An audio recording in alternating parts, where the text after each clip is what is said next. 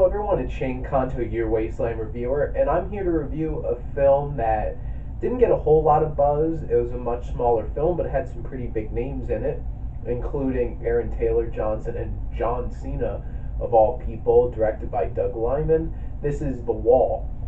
This film is about two snipers who get caught under fire towards the end of the Iraq War by a rebel sniper.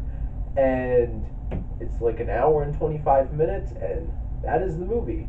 Aaron Taylor Johnson stuck behind the wall dealing with this sniper who he can hear over the radio, so you hear the sniper speaking with him, talking about his backstory and stuff like that.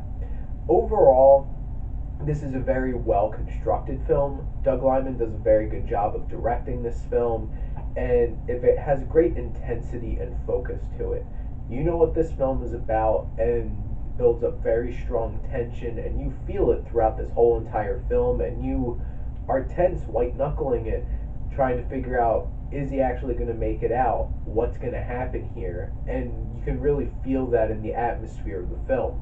Now, it is not a quick paced film, but the storytelling is done in a very meticulous and very refined way, and Doug Liman does a great job of keeping focus and really driving home what he's trying to say. There's points where they hold on the shots a lot longer than you would expect, and it really builds the tension to those sequences.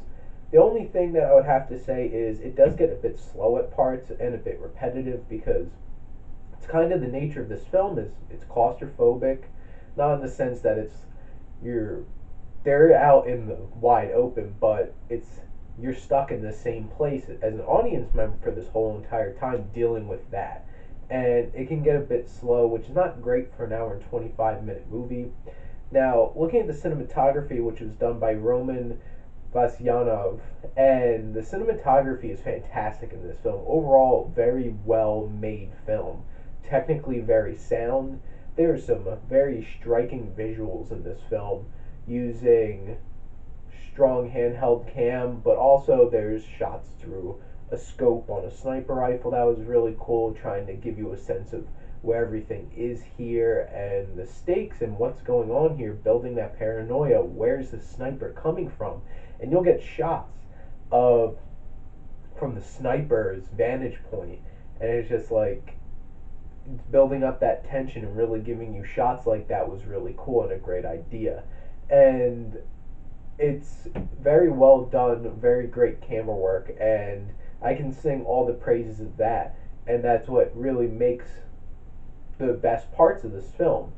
Now, when it comes to the writing, not so much. It was written by Dwayne Worrell, and the thing is, this story is a really cool idea in general, and makes for a great, small-scaled, intense film.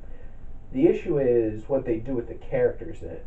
Now, the sniper, he is super religious and like doing this for a reason, playing cat and mouse games with Aaron Taylor Johnson's character.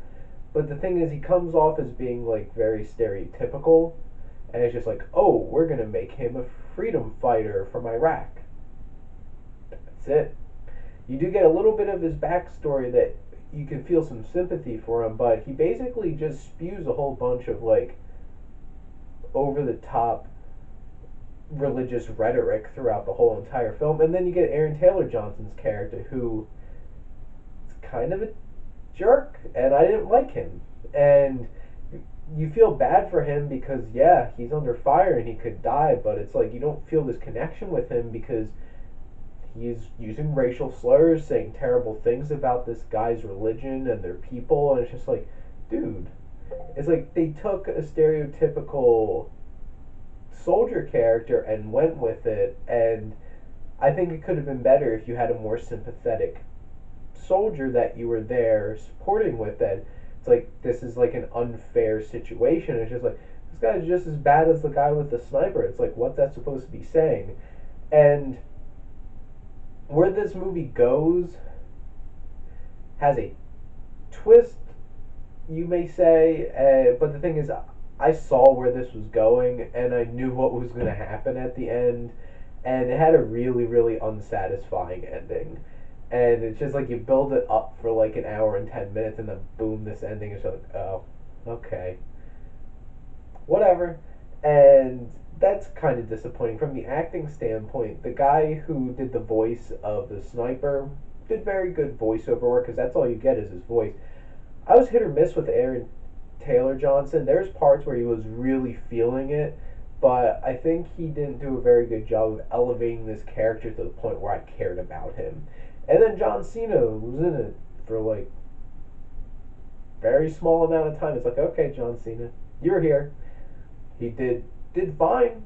It was funny for a couple of lines for when he was there, but nothing really to write home about. And that's the big disappointing thing. One thing that I do have to say that was actually very, very well done as well was the sound in this film.